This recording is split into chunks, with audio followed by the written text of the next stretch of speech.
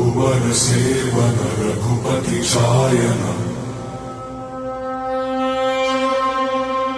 शतयोजन शतशतयोजन शरधि नियोजन शर परिलंघन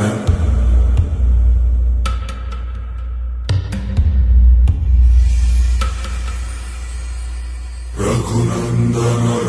रघुनंदन रघुवर सेवन रघुपति शायन